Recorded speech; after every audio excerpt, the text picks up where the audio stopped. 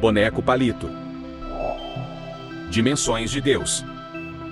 Certo, faz sentido existir um Criador para orquestrar todo este universo. Já compreendemos melhor parte de sua criação, como a vida, a luz e o céu, que apontam para um Deus soberano. Mas e na Terra? E na minha vida? Como Deus se manifesta? Já vimos que Deus apresenta diversas formas de ação e manifestação, e que, mesmo sendo soberano em toda a terra, ele se tornou criatura para nos justificar dos pecados, e oferecer uma nova forma de vida. Mas é difícil compreender seus caminhos misteriosos, sua onisciência e onipresença. Uma comparação que me ajuda a entender como isto ocorre, é a de múltiplas dimensões.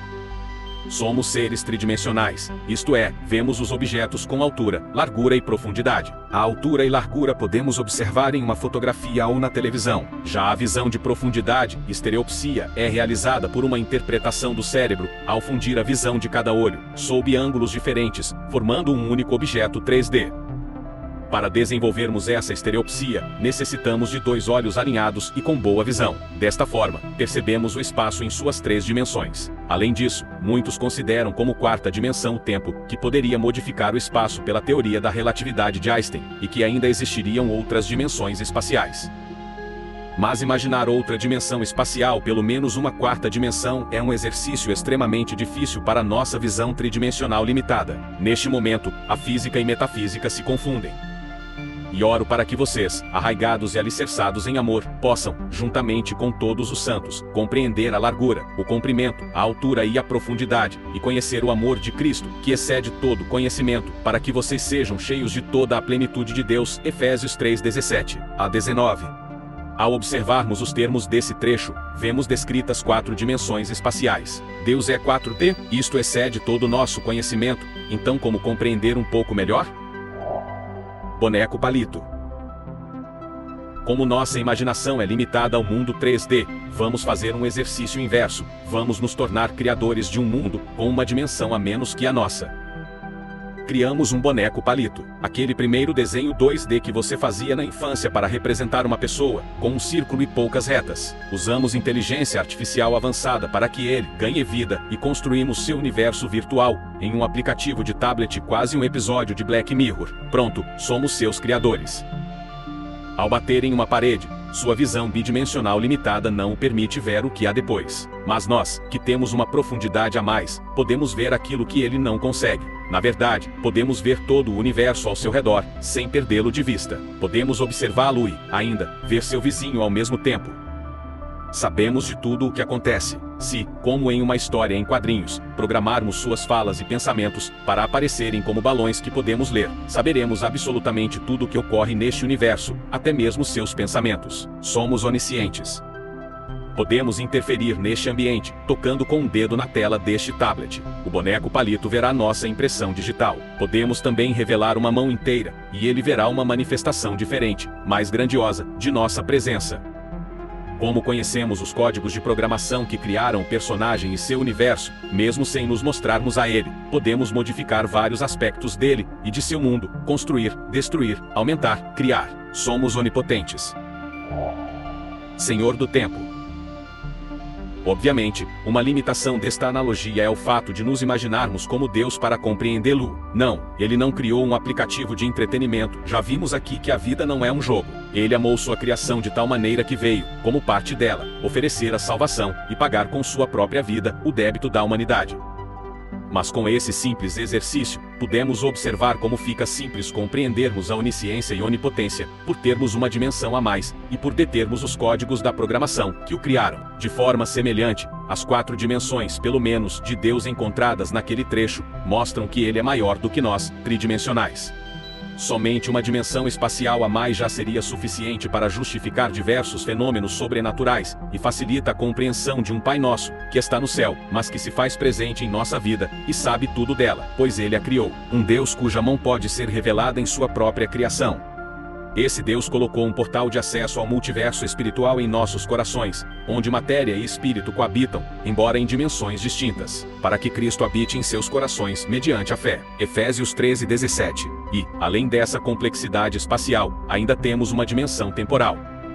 Pois, se o tempo é relativo e o espaço é relativo ao tempo, e se Deus é o Senhor de todas as coisas, certamente o tempo para ele não é este mesmo relógio nosso que nunca para. Não se esqueçam disto, amados, para o Senhor um dia é como 1000 anos, e 1000 anos como um dia. O Senhor não demora em cumprir a sua promessa, como julgam alguns.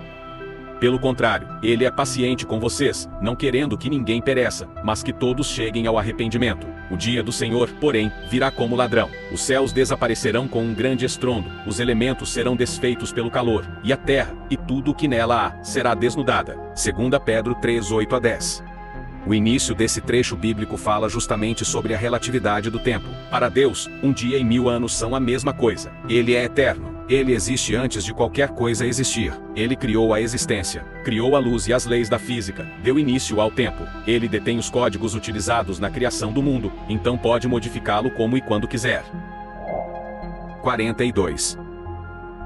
Então qual o sentido disso tudo? Qual o significado da vida, do universo e tudo mais? Aqueles que conhecem o Guia do Mochileiro das Galáxias, se não conhece, vem aí um spoiler, pelo filme ou pelo livro, sabem que a resposta irônica e sem sentido que seu autor coloca é o número 42. Isso mesmo, um número aleatório seria a resposta para as questões fundamentais da humanidade. É óbvio que foi pelo humor esta resposta, mas também mostra como o homem está perdido neste mundo, e como é difícil encontrar a resposta para a sua existência. Entretanto, a partir da análise dos fenômenos da natureza, determinamos as leis que regem seu funcionamento, e, ao compreendermos melhor a complexidade destas leis, contemplamos a grandeza de Deus.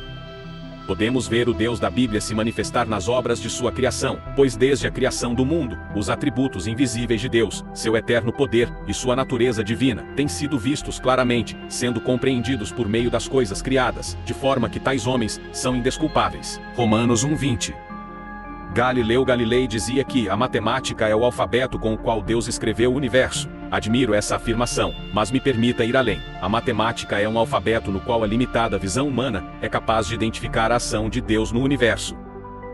Isso porque seria muita prepotência afirmarmos que um único ramo de nossa ciência, ou seja, uma criação dos homens que, por sua vez, são criaturas de Deus, seria capaz de explicar e limitar o Deus que tudo criou. Ora, as criações não abrangem toda a grandeza de seu Criador.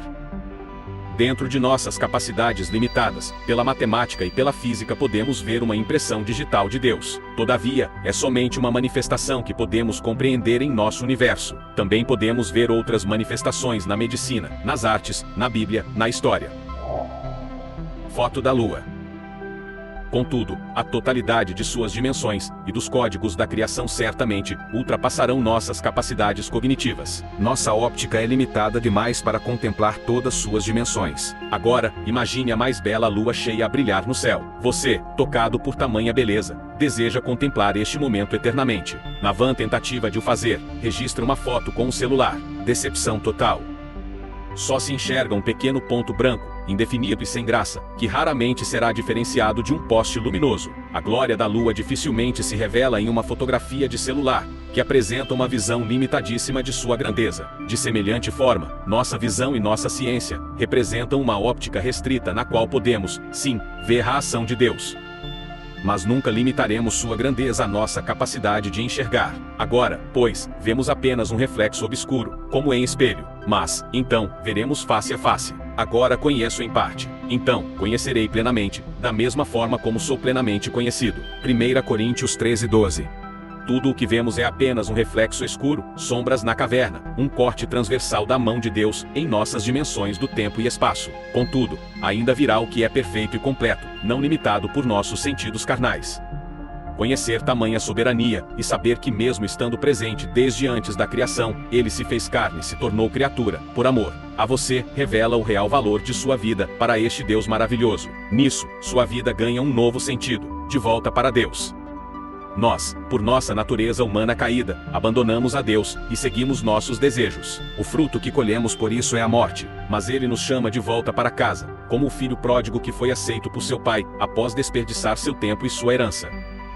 Em Cristo, a vida é eterna. Todo o ouro e toda a prata a Ele pertencem. Portanto, alguns anos ou dinheiro desperdiçados em sua vida serão desprezíveis comparados à eternidade e à glória de Deus. Nunca é tarde para ajustar seus rumos para o sentido original de sua criação, de volta para Deus.